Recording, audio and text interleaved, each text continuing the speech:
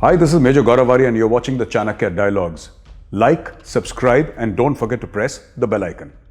वैसे आपने ये बोला था कि चाणक्य डायलॉग्स हिंदी में होना चाहिए। आपका हुक्म सर आंखों पे। लाइक करिए, सब्सक्राइब करिए और बेल आइकन दबाइए ताकि फौरी तौर पे सारे के सारे नोटिफिकेशन सबसे पहले आपको मिले।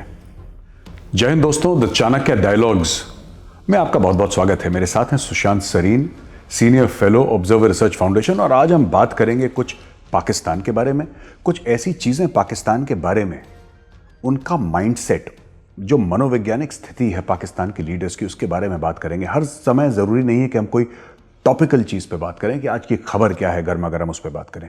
कभी कभी ऐसी भी बात करनी चाहिए जिससे कि जो दूसरा देश है, जिसको कई लोग दुश्मन मुल्क भी कहते हैं, वो सोचते कैसे हैं, वहां के लोग इंफॉर्मेशन कैसे एनालाइज करते हैं, समझते कैसे हैं, हमारे बारे में क्या सोचते हैं। आइए सुशांत सरीन से हम बात करते हैं। सुशांत, हमारी शो में बहुत बहुत स्वागत है आपका। शुक्रिया। सुशांत, मेरा पहला सवाल, अभी फिलहाल ही खबर आई है lieutenant general Asad Durrani, ISI के चीफ, जिन्होंने हमारे जो रॉ के चीफ थे पुराने, दुल्लत साहब, उनके साथ किताब भी लिखी थी, काफ़ी बिकी वो किताब, और तब से उनको एग्जिट कंट्रोल लिस्ट में वहाँ पर डाल दिया गया है। अब ये एक बड़ी अचंभे वाली बात है कि पाकिस्तानी आईएसआई के चीफ को, डायरेक्टर जनरल को, जो कि लेफ्टिनेंट जनरल रैंक ऑफिसर है, उसको उन्होंने एग्जिट कंट्रोल लिस्ट में डाल रखा है और बोला है कि साहब 2008 से ये चुपके बिना किसी को बताए रॉ की साथ इसकी तालमेल थी, बातचीत थी। ये पहली बात तो ये कि इस बात में दम कितना है, और सवाल का दूसरा भाग मेरा ये है कि ये ऐसी कॉन्स्पिरेसी थ्योरीज क्यों पाकिस्तान में, आपको हर चीज में साजिश है, हर पत्थर के पीछे दुश्मन है, ये कहां से आता है?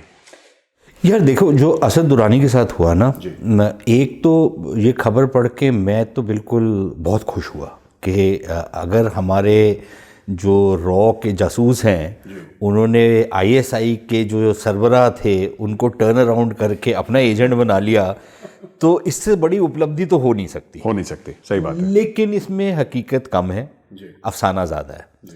अब इशू ये है, और ये पाकिस्तानियों का कहना कि चुप चुप करके मिलते थे। देखिए, असद दुरानी बड़े खुले डुले आदमी थे, और मैं इनसे पहली बारी जब मेरी मुलाकात हुई 99 में, एक कॉन्फ्रेंस थी जिसमें मैं पाकिस्तान गया हुआ था, और उस कॉन्फ्रेंस में ये भी आए हुए थे और ये पीछे खड़े हुए थे चुप करके, और फिर मुझे किसी ने इंट्रोड्यूस करवाया कि ये असद दुरानी साहब है। तो मैं थोड़ा सा हक्का बक्का रह गया कि क्योंकि हमारे जहनों में आईएसआई के बारे में एक तसव्वुर था।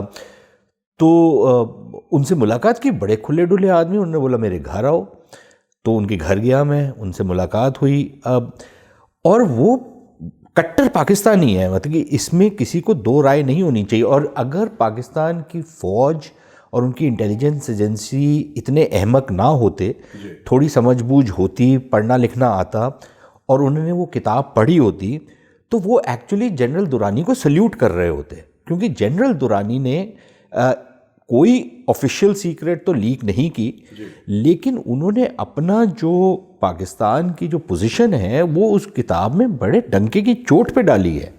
कई जहाँ पर खामियां हैं वो भी बानी हैं, और वो बहुत पुरानी खामियों को उन्होंने कंसीड किया है, लेकिन अदरवाइज उन्होंने कोई भी ऐसी चीज़ नहीं कही जो किसी की नज़र में ऐसे लगे कि पाकिस्तान के जो राष्ट्रहित हैं, जैसे उनको वो डिस्क्राइब करते हैं, उसको उन्होंने कोई बहुत बड़ी सेंध लगाई है, कौमी मफाद जी। तो ऐसा तो कुछ भी नहीं है। लेकिन वो मेरे ख्याल एक तरीके का राजनीतिक फुटबॉल जो पाकिस्तान में चल रहा है, उठक पटक जो चल रही है, ये उसके विक्टिम बने हैं। क्योंकि जिस समय ये केस आया उस समय कुछ और चीज़ें हो रही थी वहाँ पर, जिसके तहत फिर लोगों ने सवाल उठाया कि भाई ये तो वहाँ पर जाकर रॉ के चीफ से मिल रहे थे, तो पाकिस्तान की जो फौज थी उनके थोड़े से हाथ बंद गए। अब एक बारी बंद गए तो पीछे कैसे हटे? तो फौजियों के लिए ये थोड़ी सी प्रॉब्लम होती है कि एक बारी आगे बढ़ गए तो रिट्रीट कैसे करें। और आप तो फौजी हैं तो आपको पता होगा कि फौज में ऑर्डरली रिट्रीट से बड़ी उपलब्धि कोई नहीं हो सकती, कि अगर आपको रिट्रीट करना है और आप बिना तितर बितर हुए आप रिट्रीट कर जाएं, that is the greatest thing a general और एन ऑफिसर कैन अचीव। तो अब उनको समझ नहीं आ रही कि इससे रिट्रीट कैसे करें, कि इसको बक्से में वापस कैसे डालें। तो वो उससे चल रहे हैं, लेकिन मेरा नज़र में तो अपने आप को ही गोली मार रहे हैं।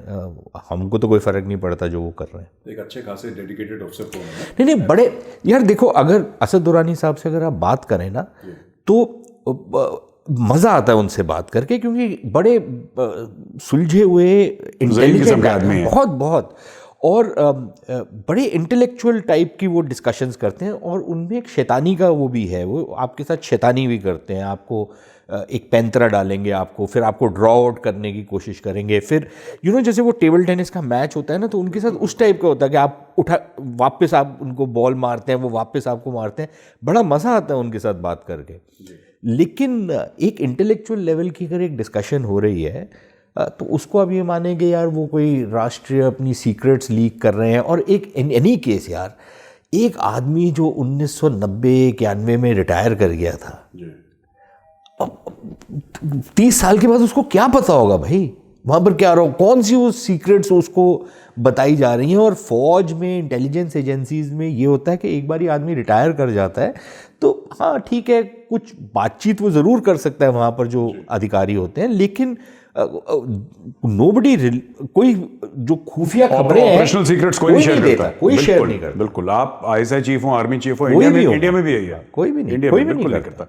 अच्छा, मैं एक आपसे और सवाल ये पूछना चाह रहा था सुशांत कि बीच में बड़ी ये बात हुई थी कि साहब सऊदी अरेबिया जो है या ओआईसी जो है, because Saudi Arabia is the natural leader of the Muslim world, OIC का फंड तो वही लोग करते हैं, अरब्स। तो बोला कि साहब ये लोग ना कश्मीर की बात नहीं करेंगे, तो हम एक सेपरेट ब्लॉक बनाएंगे जिसमें तुर्की होगा, जिसमें ईरान होगा, जिसमें मलेशिया होगा और इसमें ऑफकोर्स पाकिस्तान होगा। तो साहब इसमें हम कश्मीर का मामला भी उठाएंगे, इस्लामोफोबिया के काउंटर करने के लिए हम एक टीवी चैनल भी खोलेंगे, फिर बाद में एक रेलवे लाइन की भी बात हुई जो सारे मुल्कों को, ये सब। तो अभी बीच में खबर आई कि साहब तुर्की ने इजराइल अपना एम्बेसडर भेज दिया, अपना राजदूत भेज दिया।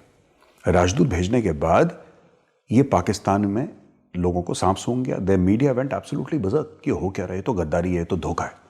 वही तुर्की जिसका वो अर्तुगरुल गाजी देख रहे थे टीवी सीरियल दुनिया भर का।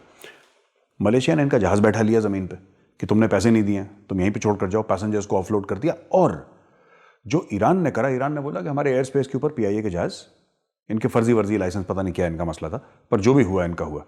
तो अब पाकिस्तान इस वक्त किस नहज पे खड़ा है, कहां पे पाकिस्तान खड़ा है? क्योंकि पाकिस्तान ने इन तीनों के सहारे तो अरब से लड़ाई मोल ली अपनी, अरबियों को बोला कि साहब हमें कोई फर्क नहीं पड़ता, हमारे पास, हम अलग अपना मुस्लिम ब्लॉक बनाएंगे। तो अब कहां पाकिस्तान खड़ा है? यार देखो, इनकी प्रॉब्लम ना, अगर आपने वीएस नाइपॉल की किताबें पढ़ी हैं जो beyond belief and among the believers, अगर वो पढ़ लेना आप, दोनों में पाकिस्तान के बारे में वो बात करते हैं, आपको बात समझ में आ जाएगी कि कहाँ से आए हैं। इनकी प्रॉब्लम ये है कि इन्होंने सारे मुस्लिम उम्मा का ना ठेका अपने सर पे ले रखा है। और जैसे पाकिस्तान के एक लेखक हैं हसन निसार, वो अक्सर कहते हैं कि यार तुम कहाँ से आ गए, वो असल तो वो अरब हैं, तुम तो ऐसे इधर उधर के घूमते हो, तुमको तो, और अरब इनको वैसे भी बड़े हकारत की नज़र से देखते हैं जी। अब इन्होंने ठेका उठा लिया कि हम उम्मा की लीडरशिप लेंगे क्योंकि हमारे पास एटम बॉम्ब है, ठीक है। बाकी आप दुनिया भर से आप भीख मांगते रहते हैं। अच्छा, अब आपने उम्मा का, क्योंकि एक वो कन्वर्ट का थोड़ा सा इनका कॉम्प्लेक्स है, ये अपने आप को अरबों के साथ या सेंट्रल एशियंस के साथ जोड़ते हैं, वो कभी इनको अपने साथ नहीं जोड़ते, या अपने इतिहास में ये नहीं कहते कि पाकिस्तानियों ने ये अचीव किया। ये हरदम कहेंगे कि उज़्बेकों ने ये किया, अरबों ने ये किया, ईरानियों ने ये किया। आपने क्या किया भाई, आप क्या थे? तो वो तो कभी, तो वो एक सेंस ऑफ हिस्ट्री है नहीं इन लोगों की, और ये अपनी हिस्ट्री को दूसरे लोगों में ढूंढते हैं। इसी तरीके से जब ये उम्मा की बातें करते हैं तो ये उम्मा का इंटरेस्ट लेकर के आते हैं और समझते हैं कि हमारा जो इंटरेस्ट है वो उम्मा के साथ जोड़ के हम बेटर उसको अचीव कर सकते हैं। बाकी मुल्क ऐसे नहीं देखते। तुर्की ने जो एक लिहाज से कोशिश कर रहा था दोबारा से इस्लामी दुनिया की लीडरशिप के रोल में आने पे, ऑटोमन वाला मामला, ऑटोमन देखो, और ये तीन मुल्कों के बीच में ये कशमकश चल रही है। सऊदी अरेबिया एक तरफ जो अरब दुनिया और सुन्नी इस्लाम के पैरोकार हैं, दूसरी तरफ ये तुर्क जो सेंट्रल एशियंस और वो सारा जो सिलसिला है उसमें ये काफ़ी इनका वर्चस्व रहता है, और तीसरे ईरानी जो शिया और पर्शियन जो कल्चर है उसको लेकर के आगे बढ़ रहे हैं। तो इनके बीच में एक कश्मकश अभी से नहीं है, सदियों से चल रही है। अब उसमें पाकिस्तान अपने आप को इंसर्ट करने की कोशिश कर रहा है और नया अलायंसेस बनाने की कोशिश कर रहे हैं, लिटिल रियलाइजिंग कि यार तुम भूखे नंगे हो, तुम जाके वहाँ से भीख मांगते हो सबसे, ठीक है। और तुर्कियों ने तो इनको बड़ा अच्छा एक लिहाज से इनको जिसे बोलते हैं ना अप द गार्डन पाथ लेके गए हैं। सारा सामान अपना बेचते हैं, कचड़ा बेचते हैं, इनको खूब पैसे लेते हैं इनसे, और लेकिन क्योंकि वो मुस्लिम ब्रदरहुड की बातें कर करके इनको अपने साथ लगा के रखते हैं। एक्चुअली इनको पैसा अगर किसी ने दिया है तो वो सऊदीज़ ने दिया है, और उनको इन्होंने अभी आंखें दिखाई, अब इनको समझ में आ रहा है। लेकिन जो मुद्दे की बात है वो ये है कि सारे जो मुल्क हैं वो अपना इंटरेस्ट को पहले प्रोटेक्ट करते हैं, उम्मा बाद में आता है। तुर्की ने ये देखा कि जिस तरीके से सऊदी अरेबिया और बाकी अरब मुल्क जो हैं वो इज़राइल के साथ अपनी रिलेशनशिप को इम्प्रूव कर रहे हैं, कहीं ये पासा पलट ना जाए। और तुर्की ने अपने आप को इज़राइल से काटा हुआ था, तो वो वापस वहाँ पर जाने की कोशिश कर रहे हैं कि यार हम ये जो फील्ड है हम इसको खुला क्यों छोड़ें। तो तुर्की की तो वो खेल थी। पाकिस्तानी ऐसी फुदक रहे हैं कि जी हम फ़िलिस्तीन का मसला जो है हम उस पर अडिग रहेंगे, हम नहीं हिलेंगे। फ़िलिस्तीनी और अरब जो हैं वो खुद इज़राइल के साथ डील करने को तैयार हैं, लेकिन पाकिस्तानियों को मंजूर नहीं है।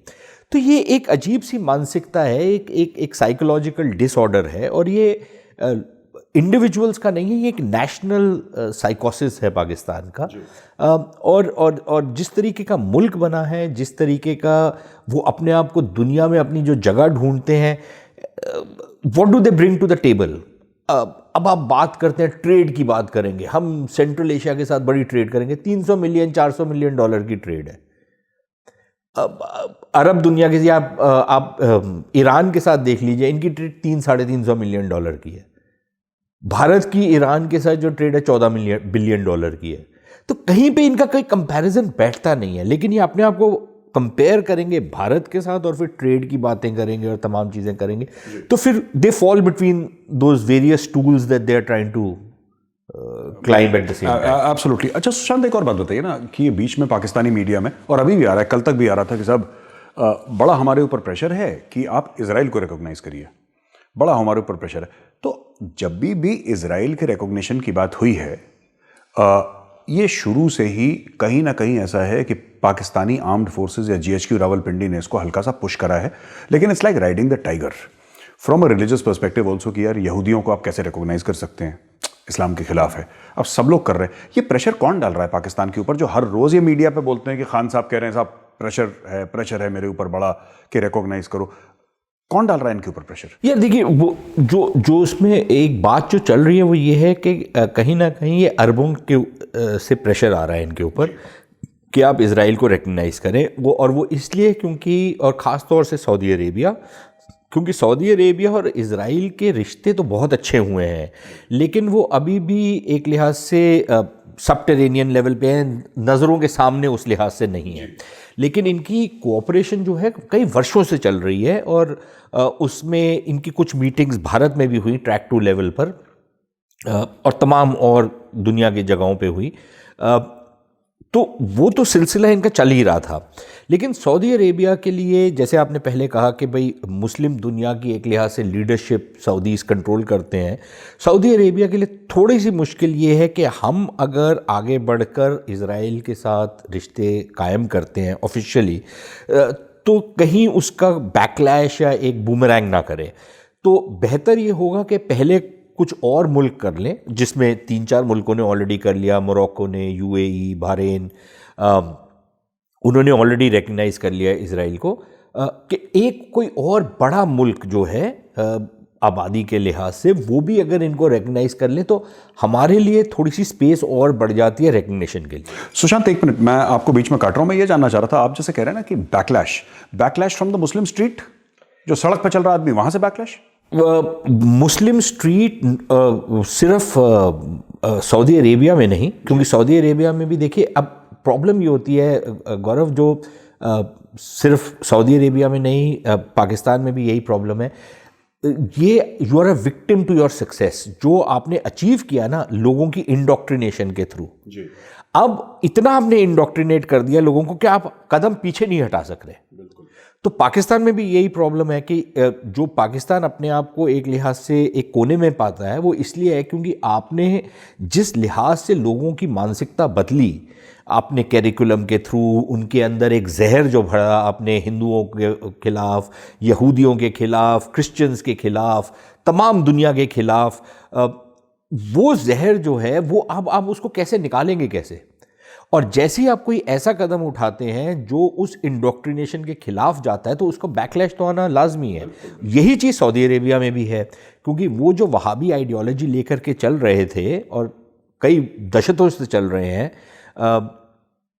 वो अब उससे पीछे कैसे हटें, तो ये उनके लिए भी प्रॉब्लम है। अब उसमें लोग कुछ भी कहें, मोहम्मद बिन सलमान को आपको क्रेडिट देना पड़ेगा कि काफ़ी रेवोल्यूशनरी, सऊदी अरेबिया के हिसाब से काफ़ी रेवोल्यूशनरी चेंजेस वो लेकर के आए। ड्राइविंग, नहीं बहुत सारे चेंजेस, बहुत सारी चीज़ें विदाउट अ मेल रिलेटिव आप जा सकते हैं। एग्जैक्टली, बहुत सारी चीज़ें की हैं उन्होंने। अच्छा, उसी के साथ साथ आप देखें यूएई वालों को, आई डोंट थिंक उनसे ज़्यादा कोई इनलाइटेंड लीडरशिप अरब दुनिया में अभी आपको नज़र आएगी। तो बट मोहम्मद बिन सलमान ने बहुत सारे चेंजेस किए, लेकिन अब जब वो ये नेक्स्ट स्टेप उठाएंगे, ये एक टेक्टोनिक शिफ्ट होगा उनकी पॉलिसी में। अब उसमें ये उनको थोड़ा सा जो खौफ आता है कि सऊदी अरेबिया के अंदर, ऑल्दो वो भी एक सिक्योरिटी स्टेट है, बड़ा टाइट कंट्रोल है सिक्योरिटी सर्विसेज का, लेकिन चैरिटीज़ हैं, तमाम बिजनेसेस हैं, तमाम एक रिलीजियस इस्टेब्लिशमेंट है जो कहीं ना कहीं उसका बैकलैश ना आए। तो उससे अपने आप को प्रोटेक्ट करने के लिए कि अगर 2-3 और बड़े बड़े मुल्क, पाकिस्तान, इंडोनेशिया ने तो खैर ना कर दी है, लेकिन पाकिस्तान के ऊपर फिर दबाव बन रहा था क्योंकि पाकिस्तान वल्नरेबल भी है, उनके ऊपर दबाव डाला भी जा सकता है, तो उनके ऊपर भी दबाव डाला जा रहा था।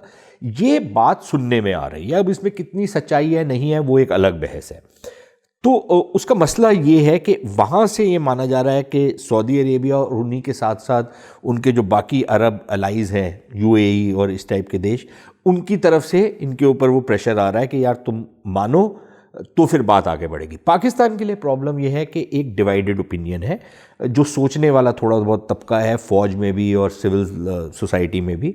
उनमें से कई लोग ऐसे हैं जो मानते हैं कि हाँ, इज़राइल के साथ हमारे को रिश्ते बेहतर करने चाहिए, उसका फ़ायदा हमारे को ज़्यादा है, नुकसान कम है।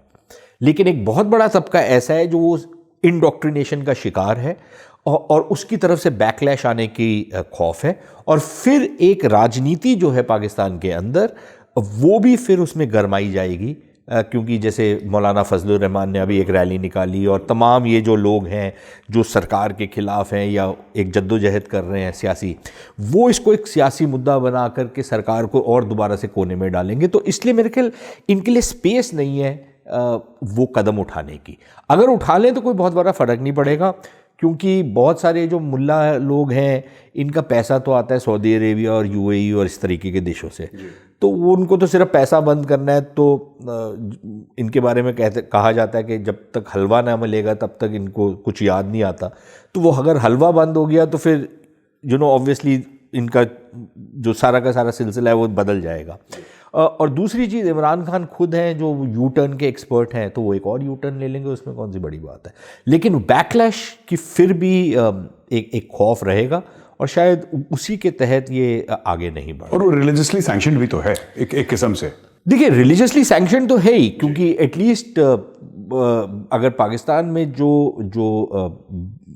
एक पब्लिक डिस्कोर्स है उसके तहत तो ये बोला जाता है कि भाई आप किसी भी गैर मुस्लिम के साथ मुसलमानों की दोस्ती हो ही नहीं सकती। और ख़ास तौर पे उन पे जो लोगों को ख़ास तौर पर एक नफ़रत का निशाना बनाया गया, उसमें हिंदू हैं और यहूदी हैं, यहूद और हुनूद।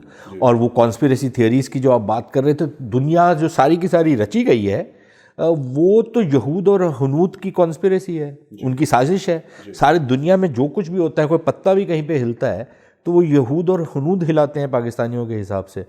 तो फिर अब अगर इस टाइप की आपने मानसिकता बना ली हो तो फिर आप कैसे वहाँ पर शिफ्ट कैसे बात कर सकते हैं। अच्छा सुशांत, अब मैं आपको थोड़ा सा वापस सब कॉन्टिनेंट और ख़ासतौर से पाकिस्तान तक लेकर आता हूँ। तो हमने इजराइल की भी बात कर ली, हमने सऊदी, यूएई, तुर्की, ईरान, मलेशिया की बात करी।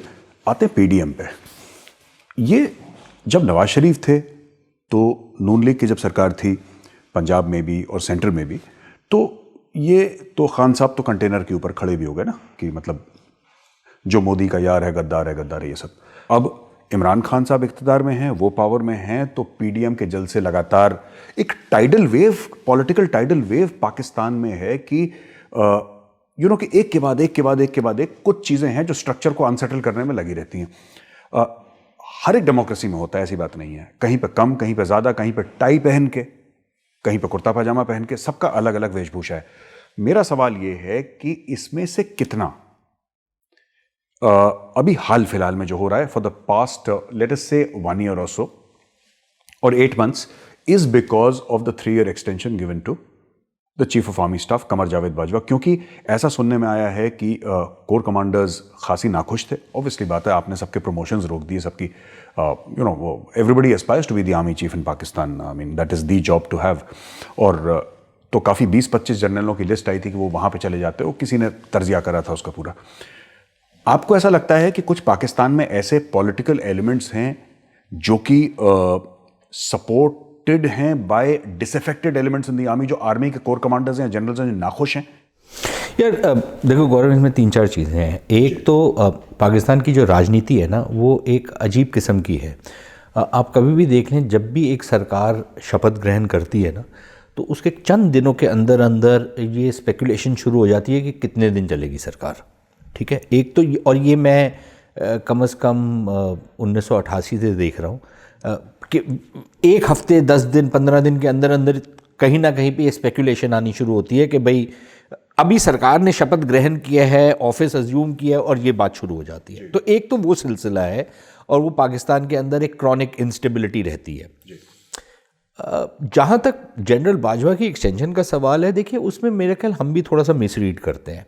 ये बात ज़रूर है कि कुछ लोगों की प्रमोशंस रुक जाती हैं, लेकिन वो 1 या 2 लोगों की। क्योंकि अगर आप ये देखें कि अगर बाजवा हट जाते तो एक ही आदमी ने वापस चीफ बनना था ना, और एक आदमी जब चीफ बनता, अगर वो 3-4 को सुपरसीड करता तो वो निकल जाते फौज से बाहर, रिटायर कर जाते, रिज़ाइन कर लेते, और जो बाकी सारे थे वो फिर उसी तनख्वाह पे काम करते, और जब तक उनका पीरियड सर्व आउट नहीं होता। तो टेक्निकली 2-3 लोगों से ज़्यादा की प्रमोशन एवेन्यूज बंद नहीं होती। आप कह रहे हैं कि डोमिनो इफेक्ट नहीं है इसमें? डोमिनो इफेक्ट नहीं है, ठीक है। तो एक आदमी वो चीफ बन जाता है, अगर उसको 3 साल की एक्सटेंशन मिल गई, तो बाजवा को जब एक्सटेंशन मिली तो 3-4-5 लोग होंगे ना जो लाइन में थे, उनमें से एक आदमी ने बनना था जी। बाकी सब ने तो अपना टर्म, जब उनका जो 3 साल का पीरियड है वो ख़त्म होता तो रिटायर कर जाते और वो घर चले जाते। और जो नीचे थे उनका तो, उन्होंने तो उसी तनख्वाह पे वैसे भी काम करना था। तो मेरे ख्याल हम लोग कहीं ना कहीं वो मिसरीड करते हैं। लेकिन वो जो टॉप 4-5 लोग थे जिनका चांस था, उनमें ज़रूर रोष होगा कि ये क्या बात है, ये क्या चक्कर है कि इन्होंने एक्सटेंशन इस तरीके से ले ली। ये जो मामला है, कहीं ना कहीं हमने जब इमरान खान कंटेनर पे चढ़े हुए थे तब ये साजिशी थियरी नहीं थी, ये एक्चुअली बात उस ज़माने के मंत्रियों ने भी की और पब्लिकली की। मैं कोई खुफिया खबर नहीं दे रहा, ये पब्लिक डोमेन में ये बातें हुई हैं कि कुछ जनरल जो थे, जिसमें आईएसआई के जो उस ज़माने के चीफ थे ज़हीरुल इस्लाम, वो और कुछ टॉप के कुछ जो कोर कमांडर थे, वो एक साजिश रच रहे थे। उन्होंने इमरान खान को थोड़ा सा चने के झाड़ पे चढ़ाया हुआ था कि तुम लोग ये करो ताकि ये सरकार गिरेगी, नवाज शरीफ रिएक्ट करेगा, वो रहील शरीफ को ब्लेम करेगा, रहील शरीफ को सैक करेगा, रहील शरीफ को सैक करेगा तो वही काम करेंगे जो 1999 में हमने किया था मुशर्रफ ने जो इसके साथ। तो exactly that was the script. खैर वो वैसे नहीं हुआ। अब जो सारा का सारा तमाशा शुरू हुआ, वो मेरा ख्याल उसमें सियासत का रोल ज़्यादा था, लेकिन कहीं ना कहीं जो पाकिस्तान का जो डीप स्टेट है, जो इस्टेब्लिशमेंट है, उसका कोई ना कोई एक तबका ज़रूर इसके पीछे होगा, उसके बिना ये हो नहीं सकता। लेकिन वो कितना उसमें इफ़ेक्टिव रोल प्ले कर रहा है, क्या वो सिर्फ इमरान खान को दबाव में लाने के लिए ये काम कर रहे हैं लेकिन हटाना मकसद नहीं है, या आइडिया इसके इमरान खान को हटाना है, मेरे ख्याल इस पर अभी कोई पुख्ता तरीके से कहा नहीं जा सकता कि what exactly is under way.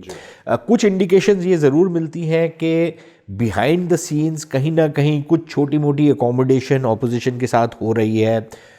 लेकिन ऑपोजिशन के साथ प्रॉब्लम्स भी ये हैं कि अगर आप इमरान खान को हटाते हैं तो इसको हटा के किसको लेकर के आएंगे, और वहाँ पर बहुत सारे इश्यूज रहेंगे। और मेरे ख्याल जब तक वो मामला नहीं डिसाइड होता कि आपका प्लान बी क्या है, तब तक आपको प्लान ए के साथ ही स्टिक करना होगा। पर सुशांत, एक बात बताइए, मैं आपकी बात काट रहा हूं, मियां साहब has burned all his bridges with the establishment, ये बोल के ना।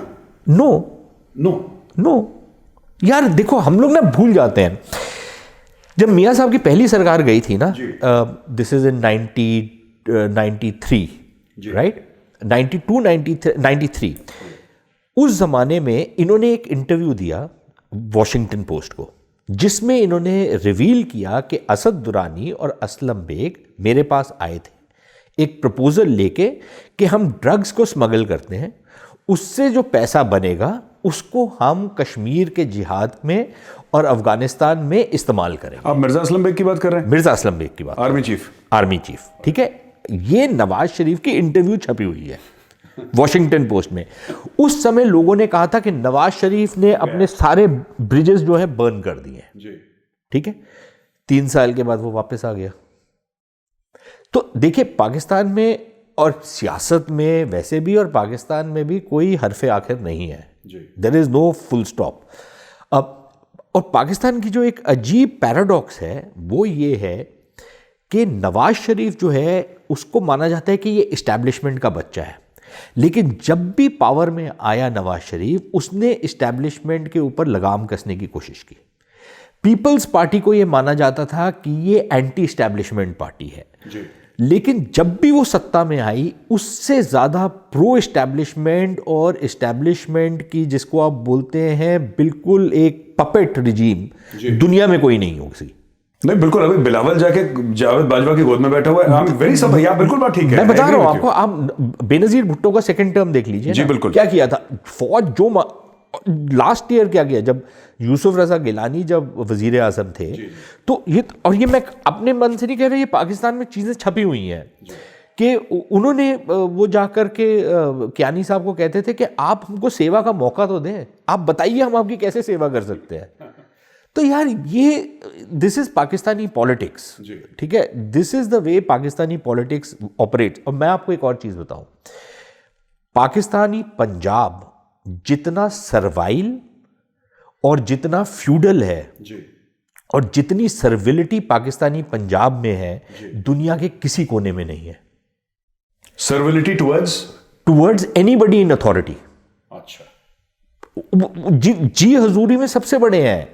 और ये अयाज अमीर कई बार कहते हैं कि अगर हिंदुस्तान वहाँ पर जाके वहाँ पर चले जाए ना, कि हिंदुस्तान ने वहाँ पर काबिज हो गए, तो यही लोग जो आज हिंदुस्तान को गालियाँ दे रहे हैं, ये कल को हिंदुस्तान के नारे लगाएंगे।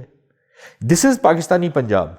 तो ये हम लोगों ने जो धारणा बनाई हुई है इनके बारे में, हम लोग को we need to reexamine हमारे जो बहुत सारी अजम्पशंस और प्रिजम्पशंस हैं इनके बारे में, we need to reexamine. आपने अयाज अमीर साहब का नाम लिया, so I used to read his articles. बहुत पहले डॉन के लिए लिखते थे, फिर अब द नेशन के लिए लिखना उन्होंने शुरू किया, फिर न्यूज़ के लिए लिखते थे, और अब मेरे ख्याल दुनिया में, द न्यूज़ इंटरनेशनल, हाँ, अब दुनिया में लिखते हैं। जी जी जी, बिल्कुल बिल्कुल। एंड 1965 के वॉर वेटरन हैं, गनर ऑफिसर। मैं बड़ा फैन था उनकी राइटिंग का, जस्ट फॉर द रिकॉर्ड। अच्छा, आपने बात करी ना पाकिस्तानी माइंडसेट की। अब एक और चीज़ है जो हमारे व्यूअर्स को शायद इंटरेस्टिंग लगे। इनके अक्सर हमने देखा है 2 मुंह हैं, और 2 मुंह कैसे, जिसको मुनाफकत कहते हैं, मुनाफकत भी नहीं कह सकते। अरे यार देखो सर, वो द बेस्ट डिस्क्रिप्शन जो है ना, वो अब्दुल सलाम ज़ईफ़ जो तालिबान के राजदूत थे पाकिस्तान में, उनकी जो किताब है माई लाइफ विद तालिबान, उसमें उन्होंने यही डिस्क्रिप्शन दी है कि पाकिस्तान से ज़्यादा ट्रेचरस, गद्दार कौम कोई नहीं हो सकती। ये एक शक्ल में, एक मुंह में इनकी 2 ज़बानें हैं, एक सर पर इनके 2 चेहरे हैं, और तमाम इस तरह से चल के उन्होंने डिस्क्राइब किया इसको। तो आप वो अब्दुल सलाम ज़ईफ़ की जो किताब है उसमें पाकिस्तान की डिस्क्रिप्शन देख ले, आपको सब बात समझ में आ जाएगी। No absolutely. मैं बड़ा सरप्राइज था, because Shah Mahmood Qureshi sahab comes across as a very suave and a very sophisticated person. ये तो लोगों को हेयर कट दे रहे हैं, 20-20 रुपए ले रहे हैं, वहां पे पीर बन रखे गांव में। ये क्या है? पाकिस्तान में दुकान है भाई, वो दुकान है।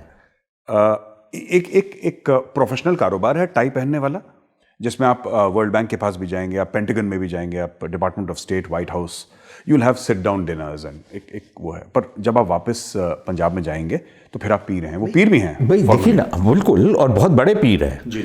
और पर दिस इज व्हाट द, जिसको आप अब उसका हिंदी का क्या शब्द है मेरे को नहीं पता, लेकिन स्किज़ोफ्रेनिया जो होता है ना, this is what a split personality is, कि आप एक तरफ आप अपने आप को खुला डुला बड़ा लिबरल और वर्ल्डली वाइज आप दिखा रहे हैं, दूसरी तरफ आप वापस जब अपने रूट्स में जाते हैं तो आप उतने ही दकियानूस, उतने ही जिसे बोलते हैं मिडिल एजेस टाइप की हरकतें करते हैं, लोगों के ऊपर झाड़ फूक कर रहे हैं, 20-20 रुपए जैसे आप कह रहे हैं कि वो नजराना ले रहे हैं आप, और इस टाइप की चीज़ें कर रहे हैं जो दुनिया में कहीं पे, और जिस तरीके से आप स्लेव्स रखते हैं अपने घरों में, जिस तरीके से आप अपने मुलाजिमों को ट्रीट करते हैं, जिस तरीके से आप जो अपनी पीरी मुरीदी करते हैं, जो शायद मिडिल एजेस की चीज़ें थी वो आज भी आप करते हैं, और आप आज भी लोगों को टोपी पहनाते हैं कि भाई हम आपको सैल्वेशन देंगे, आपको एक लिहाज से आपके जितने दुख दर्द हैं आप हमारे सामने अगर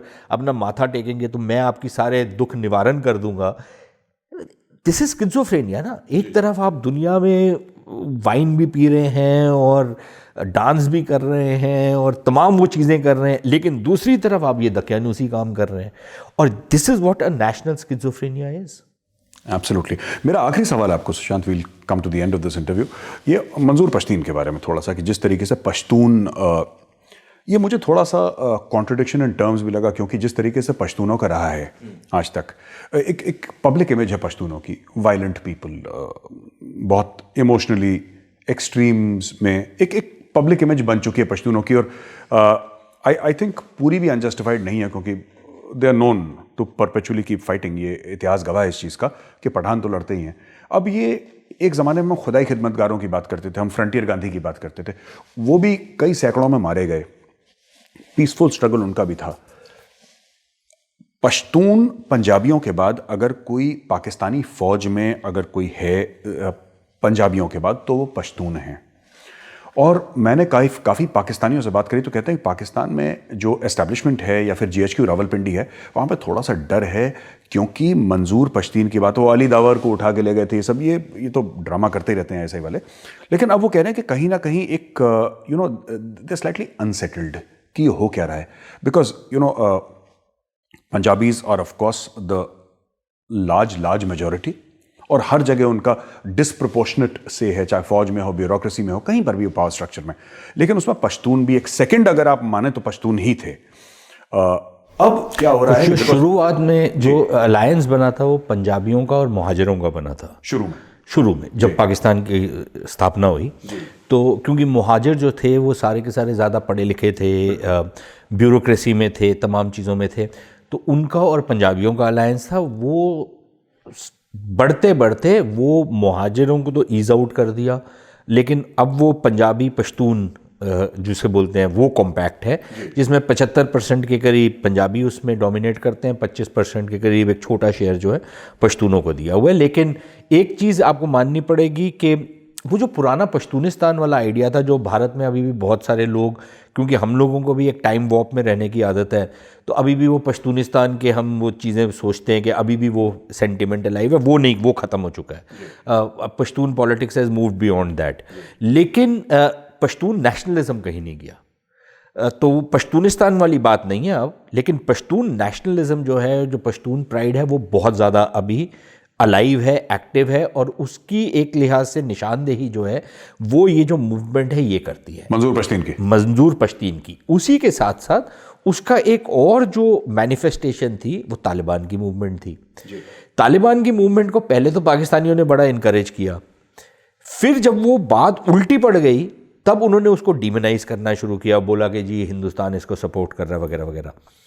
लेकिन ओरिजिनली तो it was a nationalist movement, it was a religio nationalist movement जो तालिबान ने शुरू की। तालिबान क्या मांग रहे थे? वो तो एक्चुअली पाकिस्तान से कह रहे थे कि आप अपनी मुनाफिकत बंद करो, आप इस्लाम की बात करते हो तो इस्लाम को नाफिज करो, पूरी तरीके से नाफिज करो। अच्छा, उनका तस्वुर इस्लाम का थोड़ा सा ट्राइबल है, पाकिस्तानियों का थोड़ा सा डॉक्ट्रिनल है, लेकिन दोनों ही नहीं इम्प्लीमेंट किए ना। वो मुनाफिकत तो वो करते हैं, क्योंकि at the end of the day Punjabi हैं, तो पंजाबी थोड़ी बहुत तो मुनाफिकत करेगा, नहीं तो पंजाबी काम कैसे करेगा। तो that was the demand. If you look at what the demand was, Taliban की जो तहरीक तालिबान पाकिस्तान था, वो तो यही मांग कर रहे थे ना। आप नहीं दे रहे थे उनको वो, आप जिस चीज़ के बारे में आपने अपना मुल्क बनाया, आप उससे को क्यों डिनाई करते हो? आप लगाइए वो सारे कानून, पूरी तरीके से लगाइए। वो नहीं करेंगे तो वो that was a religio political movement, ethno religio political, ठीक है। जो मंजूर पश्तीन वाली है वो एक एथनो पॉलिटिकल मूवमेंट है। एथनिसिटी को भी वो लेकर के आ रहे हैं, पश्तूनों के बारे में बात भी कर रहे हैं, लेकिन एक पॉलिटिकल मूवमेंट भी है, पीसफुल है।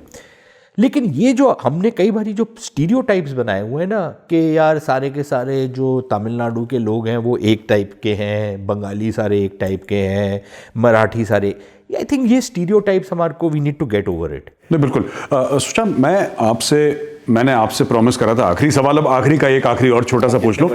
नहीं, तो आपने बात करी पश्तून नेशनलिज्म की, या कोई उनको सब नेशनलिज्म भी बोल सकते हैं विद इन पाकिस्तान, या पश्तून नेशनलिज्म।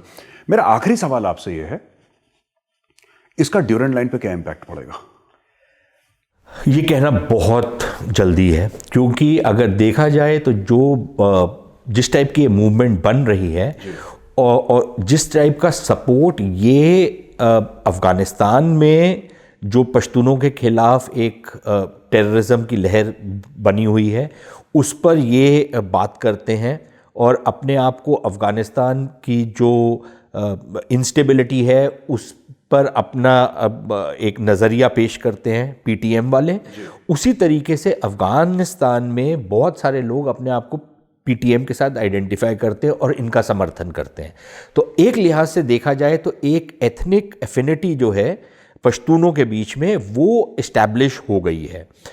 अब क्या वो सरहदों पे रुक जाएगी ड्यूरेंट लाइन पे, या आगे चल के शायद जब तालिबान वहाँ पर काबिज हो जाए, अगर वो हो जाते हैं, तो क्या वो एथनिक नेशनलिज्म को सिरे से खारिज कर देंगे, या वो कहीं ना कहीं पीटीएम के साथ या इस टाइप की किसी मूवमेंट के साथ जुड़ करके कोई और चीज़ शुरू करेंगे? क्योंकि अगर पहले भी देखा जाए जो टीटीपी की शुरुआत थी, और अक्सर लोग भूल जाते हैं कि जब 96 में तालिबान काबुल में काबिज हुए, उस समय अगर आप अखबार देखना शुरू करें तो जो फाटा का एरिया था या पश्तून एरिया जितना था पाकिस्तान में, छोटे छोटे कस्बों में लोग खड़े होकर के अपने आप को पाकिस्तानी तालिबान बोल के उनसे इंस्पायर होकर एक अपना गुट बना रहे थे। वो बनते बनते वो जाके टीटीपी बना इवेंचुअली जा करके 10 साल के बाद।